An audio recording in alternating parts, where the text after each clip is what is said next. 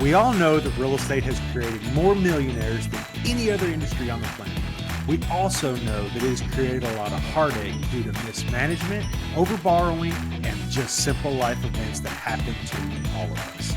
Welcome to the Cash Flow Pro podcast. My name is Casey Brown, and I am your fearless leader.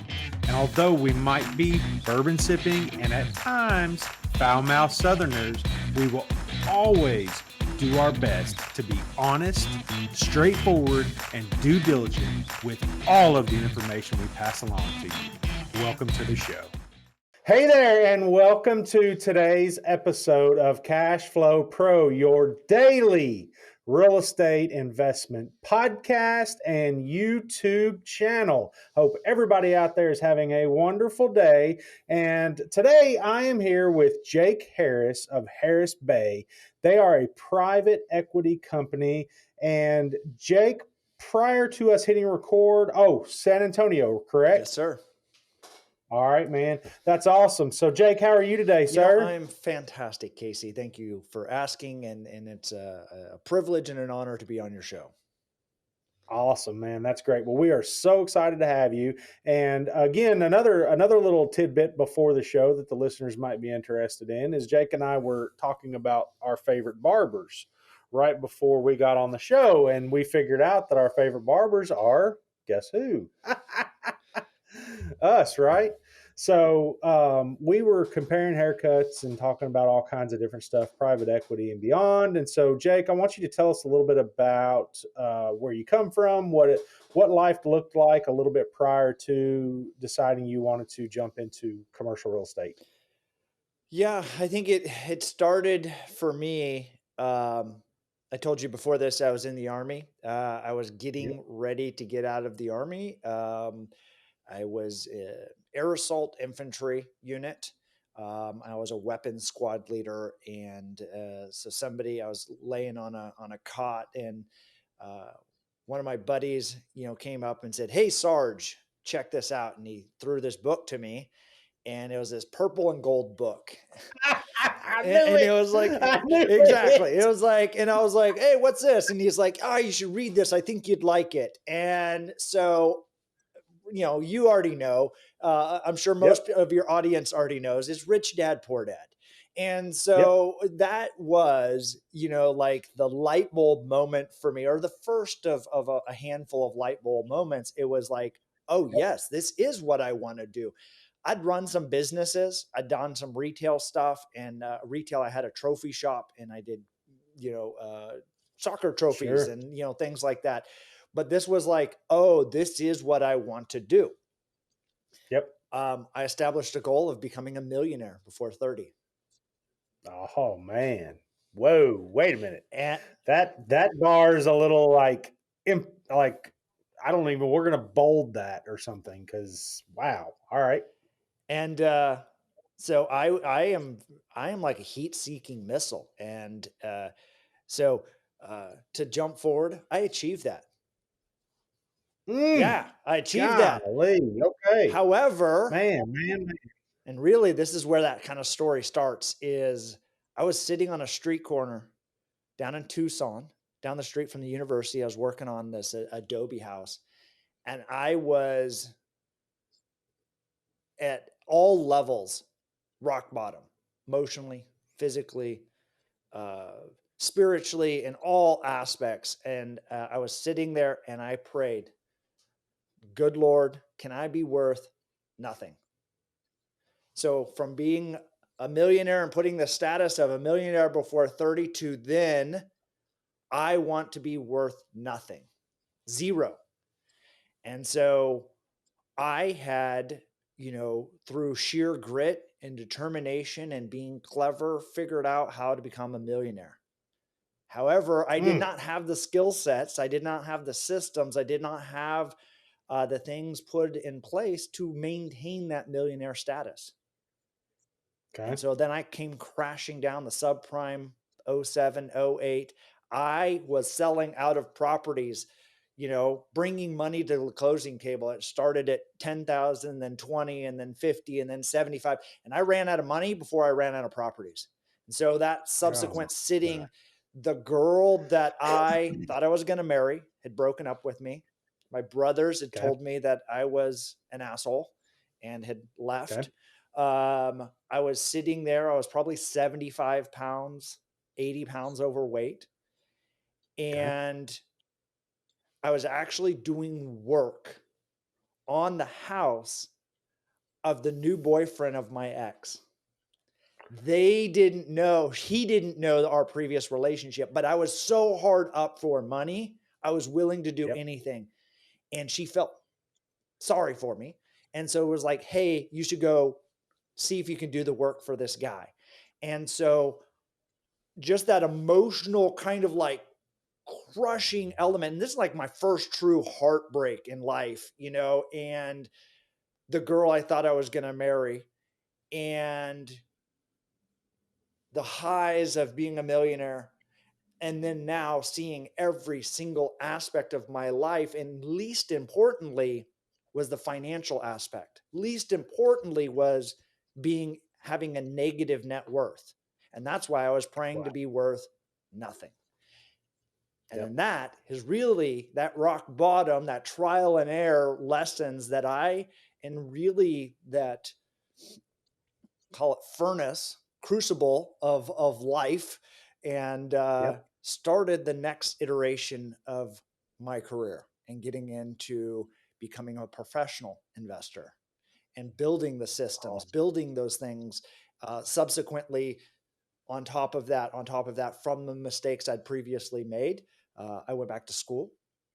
I Okay. went to grad school, got a degree in international real estate and finance, started working, moved Wow. back to California, got a job flipping houses, got started working. We call them a rich person, rich Yep. guy, family office now is what they call them. But we put together an opportunistic distress fund. And then that was subsequently where I went and flipped 1,200 houses, put together single family rental portfolios. I scaled this to a nationwide kind of platform. Started working, selling stuff to Blackstone and, so Invitation Home, Colony Capital, Tricon, all of the kind of heavy hitters in the market. And then Okay. about 7 years ago, started really investing more into commercial real estate in Texas, a few other Okay. markets, and then subsequently have been building up this kind of portfolio of commercial real estate over the last 7 years. Wow. Wow. Okay. That's a lot to unpack. Now, just for context, let's go back. What year did you graduate high school and join the military? I graduated in 97. Okay.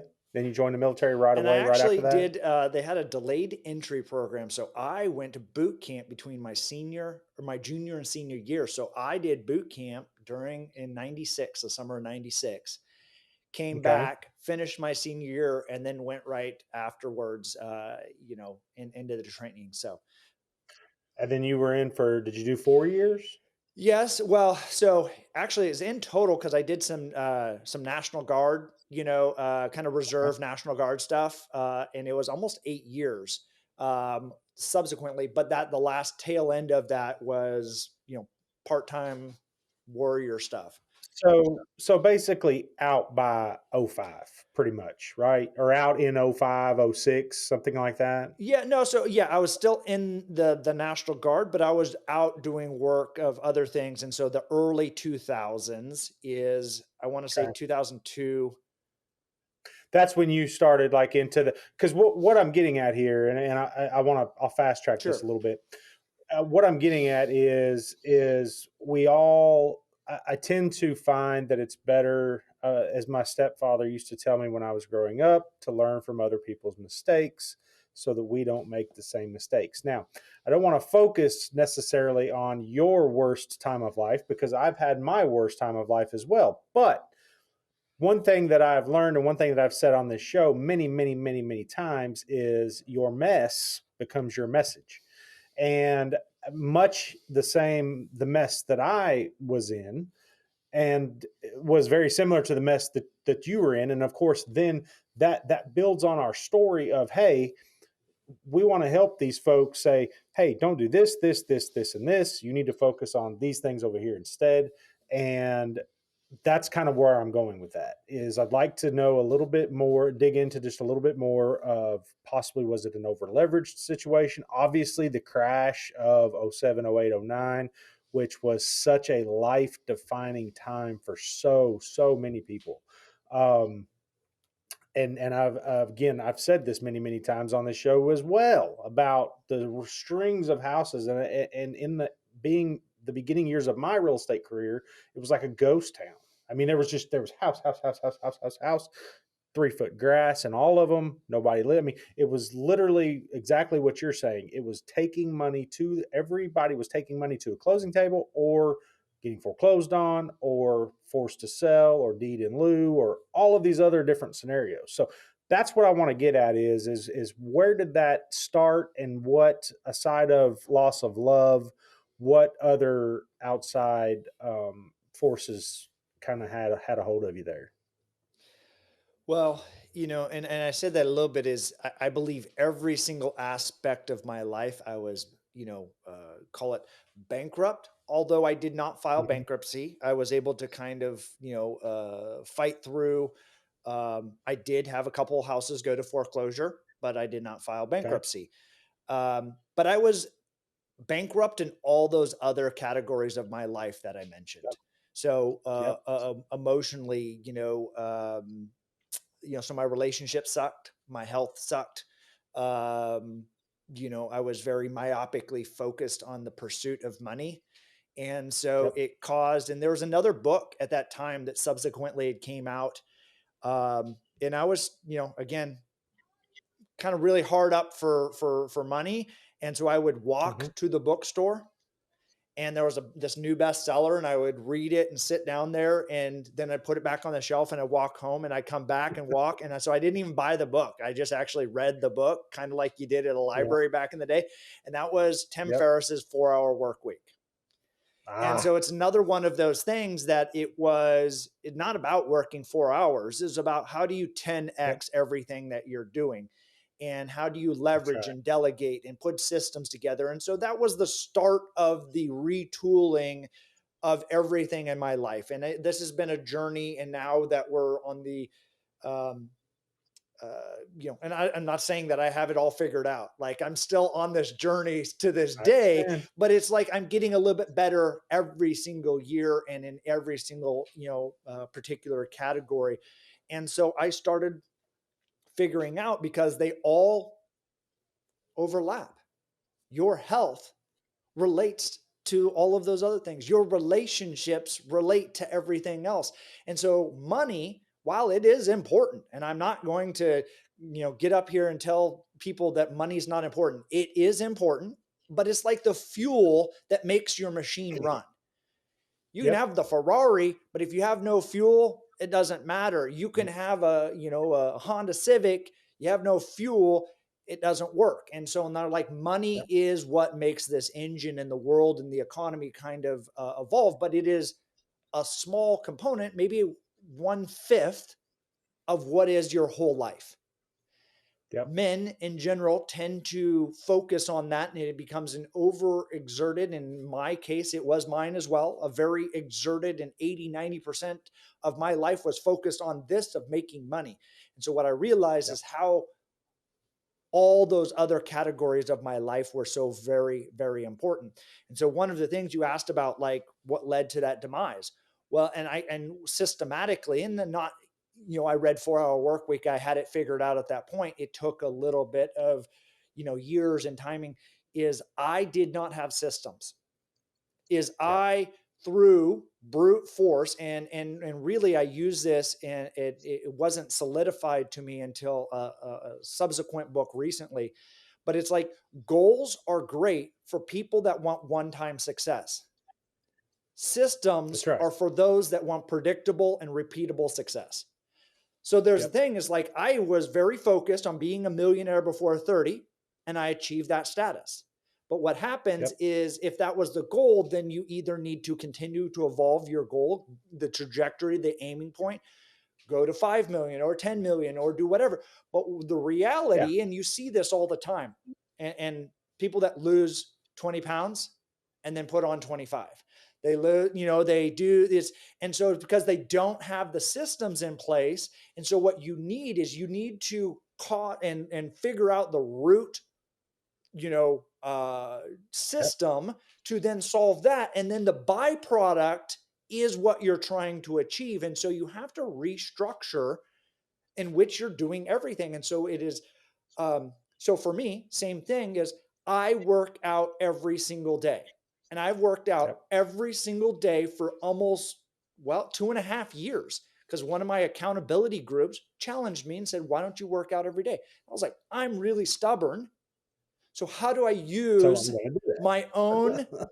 MO, my modus operandi? How do I Yep. use who I am for my own benefit?" And so then Yep. it's like, I'm really stubborn. So I'm really stubborn that I work out every day.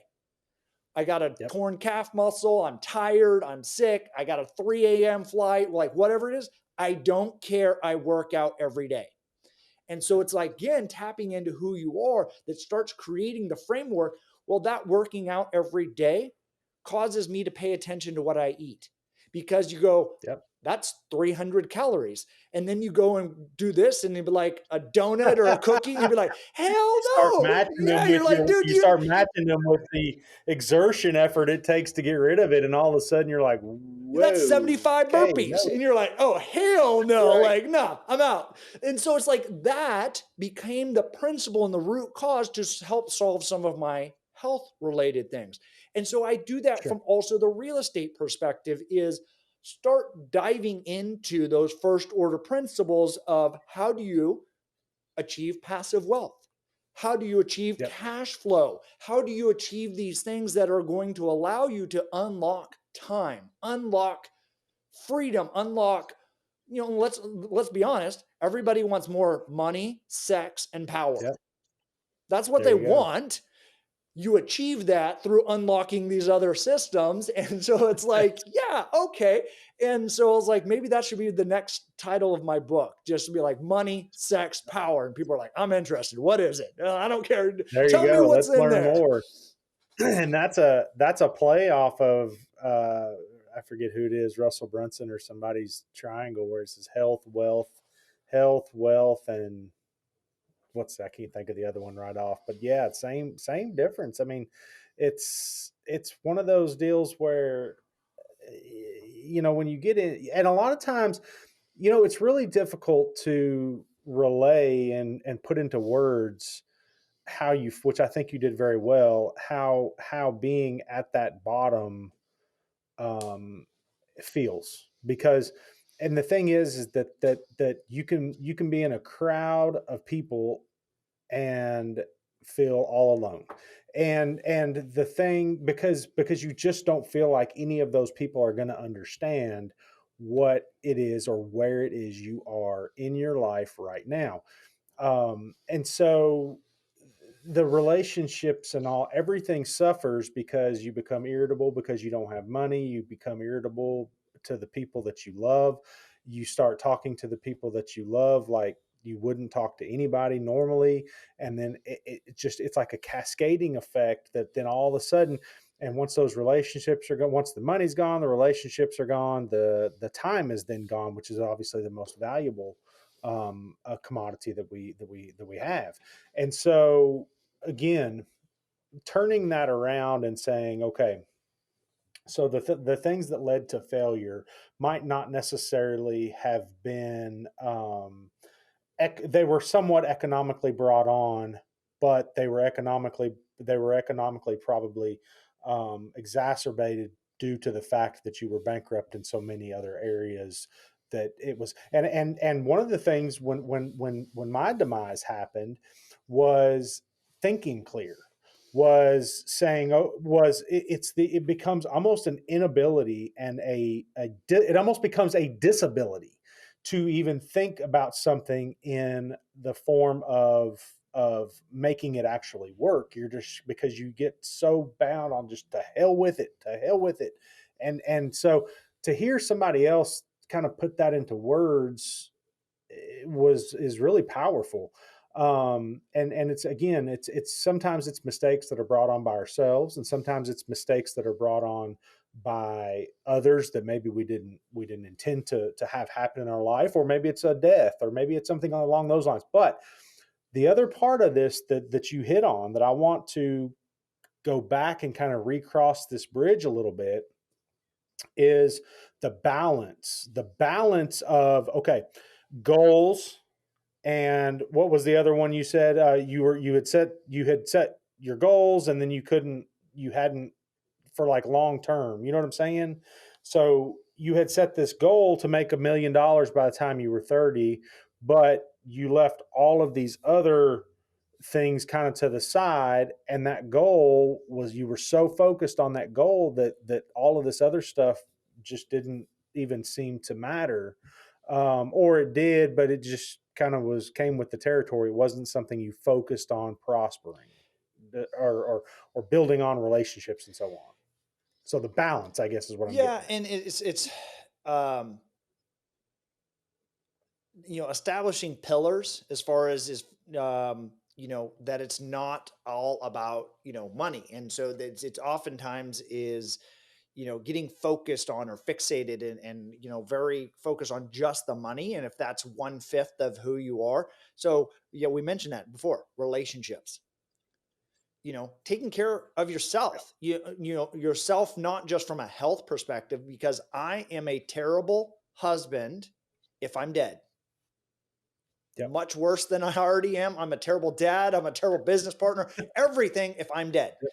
And so I go, Yep. so health is important because, again, Yep. you have to be around to do those things. Those relationships are important. My wife is my axis in which I spin off of. And so if things are good with my wife, everything else, the subsequent, becomes a little bit easier and better. And Yep. even some of those, and I'm not saying that money can't, stresses aren't real stresses. They are. But when I was like, when things are good, and I'll give you an example of this. I was in March of 2020 closing on a decent sized deal for me. So we were buying a building, Mm. and I had $1 Yeah. million hard on it, Wow. hard earnest Wow. money down on this building. We were closing at the end of the month on March and April 1st. And so we'd evidenced and we had this loan going through. So it was a $18 million loan. It's a $30 million project kind of thing, subsequently 25, $30 million project. And we're signing loan docs on Friday. Monday Yep. is the first of the month. Tenants have already been notified. We're buying the building. We're coming in. Rent checks are going to go here.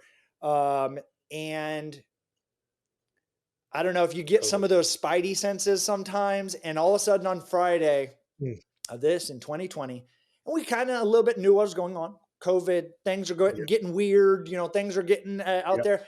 And it was just one of those things. And we're waiting for one signature page to kind of be corrected on the attorneys. And they weren't responding, and they're being slow to respond. And it was just like, this isn't right. Something's not right. Yep. And so we hadn't had any communication, but it's like, I can just feel these things. And it's like, I could feel this. I called up our capital markets guy and I was like, hey, you have to reach out, make some calls, back channel this, try to figure out what's going on. And they came up Yep. and they said, hey, we've been getting margin called all week. It's the lender was getting margin called. They had their Whew. warehouse line frozen. They had their future funding line frozen. And then they said, Mm. we can't do your loan. Wow. And you had a million hard And on it's it. Friday and we're Wow. supposed to close on Monday. And Mm. this was like a whole ramp up, whole teams, lots of people. And my wife was, of course, I'm like, today's the day. We're going to close. We're going to make it. We're going to get through. We've raised all these funds. We're ready to go. And I have $1 million hard. My business partners had said, we don't want, I don't know, we're feeling nervous about it. So I kind of put all in. I'm committed to the $1 million hard. I'm pushing this project through. And I do believe this is going to be a good investment. And on Friday, and I came home just getting the call, hey, we have no funds. We'll do an emergency session with the CEO on Saturday, but we don't, we can't do the loan. And so I go home And I was like, so my wife can tell and sense immediately. She's like, you're supposed to come home and have good news. We closed, we did it. And she's like, hey. And I go, I think I might have just lost $1 million. Hi, this is Casey Brown, host of the Cash Flow Pro podcast and YouTube channel. Have you been thinking about investing in real estate but just don't know where to begin? I'd like to help by inviting you to check out our website at www.3000capital.com. There you will find an array of material that will help you learn all about real estate syndication. And while you're there, be sure to check out our free video series download titled 5 Must-Know Keys to Success in Passive Real Estate Investing. I'd also like to personally thank you for making Cash Flow Pro part of your day. Now, back to the show. Ooh, man, talk about a take me back moment. And you know what? My wife is awesome. And she's like, is there anything else you could have done? I said, not really. And she's like, well, let's just say a prayer about it and we'll fight, another day and go there. Go back on Monday and go on the weekend. I said, yeah, this is the thing. She's like, okay, I love you. And that was part of the thing. Even if you lose $1 million, they're not going to take your family away from you. They're not going to take your kids away from you. They're not going to do it. And so it's like my wife. And because of that support, that access in which I spun on, I said, you know what? I can go fight another day. I can go figure this out. And so I went back and we were able to extend the escrow. And I went to him and I was like, hey, you could theoretically just go take $1 million. Like, we didn't close. We've removed all contingencies because we have loan docs literally right here. Nothing else. You guys could take the $1 million but you're going to go back and work. But I said, hey, I'm going to go figure it out. Yes, please. And so we got an extension. I said, I'm not going to put any more money hard, or I'm not going to put any more money down, but I need 4 months or 6 months. I was like, I just have no idea. And so we subsequently were able to come back in, bring a new lender in and close on the loan. We're actually just finishing up. I had a call just before this. So we'll be delivering 63 apartments on the Riverwalk in downtown San Antonio. In about 2-3 months from now, we were able to close, retool, push that through. And it's looking like real estate prices tripled in the last, year. And it looks like it's going to turn out to be a pretty good investment for the investors and for all involved. And it was a little bit, who knows, subsequently we could have Russia drop nukes or China invade Taiwan and everything crash down tomorrow. But at least right now, it looks like we were able to fight another day. Those relationships helped me get through some of those things from a business perspective. Sure. And, and not that's a little different type of stress, but, several years ago, my father had some financial hardships. There was a company he worked for that went bankrupt and they owed him a bunch of money. And anyway, it led to some financial hardships. And, we were sitting there one day and the phone was ringing off the wall, creditor or somebody, and you could see on the caller ID. And I said, well, what are you going to do? And he took a drink of his Diet Coke or whatever it was. And he said, they can't eat me. And much like your wife just told you that they're not going to take your family away. They're not going to make you not a father. They're not going to come wheelbarrow you away and say, hey, well, you're going to go work hard labor and smash rocks for us until you pay us back at 10 cents an hour. I mean, that's obviously the extremes, but what I'm getting at is so many people get so caught up emotionally. And once you get caught up emotionally in things, like you said, if she hadn't been there to kind of calm the nerves, bring some level back to the situation, and say, hey, they can't eat you, let's go on. We're going to live another day. And sometimes as capital raisers and as syndicators and as real estate professionals and whatever else you want to call us, sometimes you do just have to fight another day. And everybody, that was something we spoke about on a podcast not long ago, was being okay to say no. It's okay to say no. It's okay to say, my investors' funds are not going to be invested in that because of boom, boom, boom, whatever those reasons are. So, but well, listen, so obviously that deal is going to work out, it sure seems that way anyway. And nothing is ever good until actually the checks have cleared and that cash is, actually sitting in your hand, because banks and whoever else knows. But anyway, so that deal's good. What else do you got going on right now? We are getting ready to break ground on a hotel on the Riverwalk right next to that building. Oh man. So a Oh, 121 luxury boutique hotel. Um, we're that's very yeah, excited great. about that. I'm finishing up in another apartment complex in East Austin. We're a couple months away, probably 4 or 5 months away from finishing that and delivering it.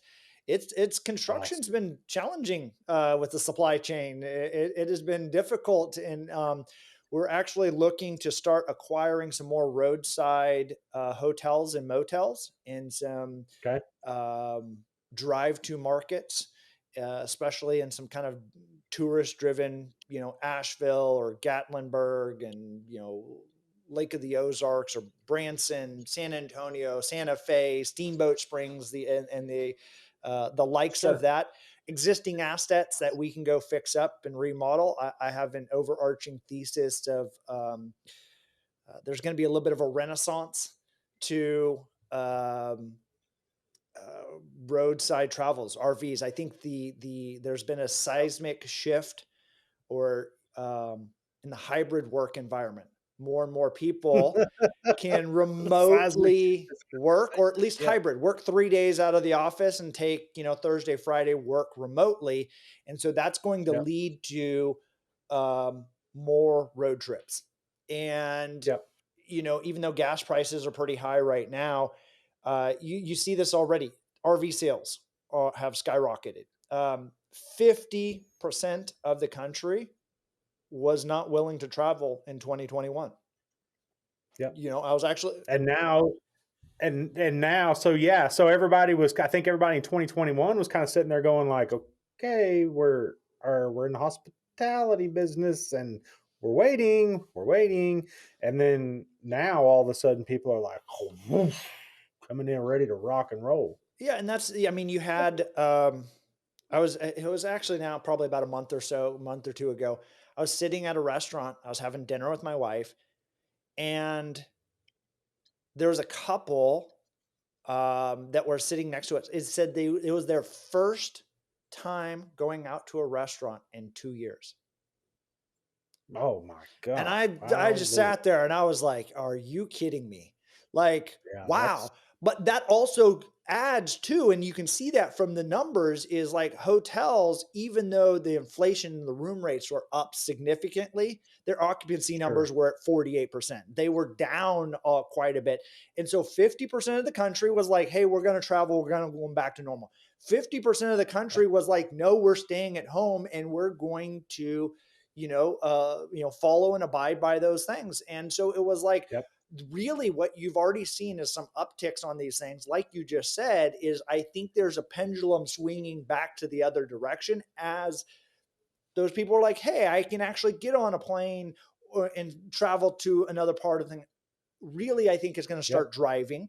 And again, the new norm will be working remotely and having more access. And I think you're going to see an uptick in national park visitations and tourist kind of locations. And we've already seen it as population climbs. And so I use a lot of data Yeah. analytics to see and where the clines of populations are moving. And then what it does is it forecasts what future probabilities are going to be from markets. And so really we invest primarily in markets where people are moving to, not away from, because the Yep. fundamentals of those markets are better. Oftentimes people overprice those in. For instance, Austin right now has overpriced some of that growth in, but there's other markets Yep. where there's a price.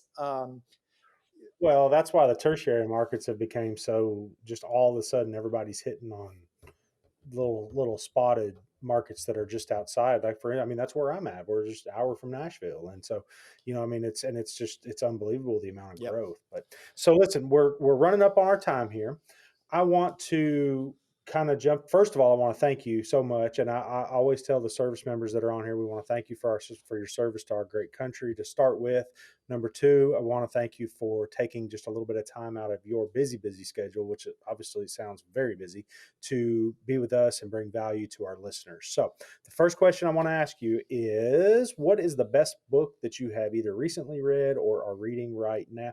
And it could be a book that you're reading right now, but what's the best book? Obviously, we've got the green and gold. I've had to start prefacing that question with on my show, other than Rich Dad, Poor Dad, what is the best book that you've read? Man, there's so many. I read a lot of books. And that is Yep. one of the big things that I think if you really want to unlock is, and I say this from a word I'm going to say is leverage. Initially, Yep. you're going to think about leverage of financing, but really it's leveraging other people's knowledge. And so a book is 10 to 20 years of someone's experience. This podcast interview is a glossary, high level, a YouTube video, a course, some things like that. But a book is like 10 to 20 years worth of someone's experience into one. So my favorite book that I gift the most, I mean, besides my own book, obviously I gift that one quite a bit, is Powerhouse Principles by George Perez. And that's Awesome. Jorge Perez. He is the condo king of Miami. And he's one of the founders of Related Group and Related Companies. Awesome. Now, next question. What is a dream trip you would like to take or have taken?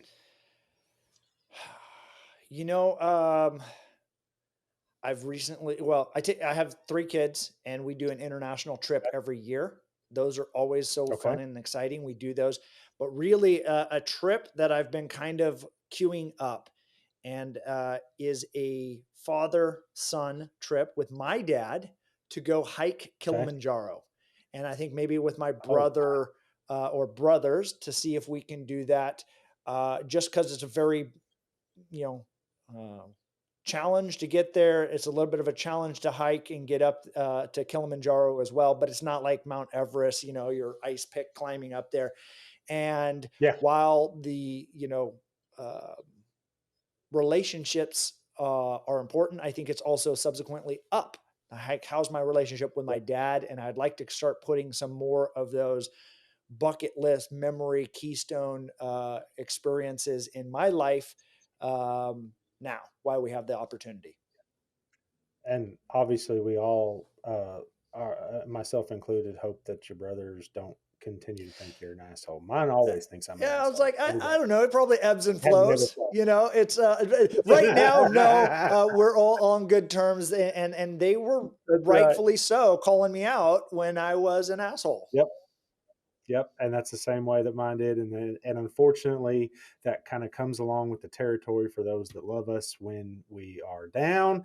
And it comes with the territory for those around us at that time as well, or the people that are closest to us. Obviously, sometimes we treat them the worst. So listen, Jake, I want you to tell the listeners, you had mentioned a book a minute ago, so I want you to tell the listeners how they can reach out to you if they want to discuss hospitality, if they want to discuss multifamily, if they want to discuss San Antonio, Austin, any of those investment opportunities that maybe you might have. How can they reach out to you? And maybe even how can they get a copy of your book? Yeah, so catchknives.com is the website. The book is Catching Knives, a guide to investing into distressed commercial real estate. I wrote that thinking about the pandemic. Real estate values tripled, so I was wrong. Instagram is where I'm most active on social media, and that's jake.realestate. Awesome. And then in that Catch Knives is where you can sign up for newsletter. We put out some courses, some educational stuff. We're sharing most of that active stuff on that catchknives.com. And then I put out there, you can get access to the YouTube and maybe Twitter. I don't think I do Twitter, but I was like LinkedIn, all those other things have the additional links from there and you can buy the book as well. Awesome, man. That's great. Well, again, thank you again for carving out the time to spend with us today. And for my listeners, they know I'm very adamant about it's CATCHKNIVE plural S catchknives.com. Yes, sir. Awesome. Jake, thanks again, sir. I hope everybody has a wonderful rest of the day, and thank you for listening.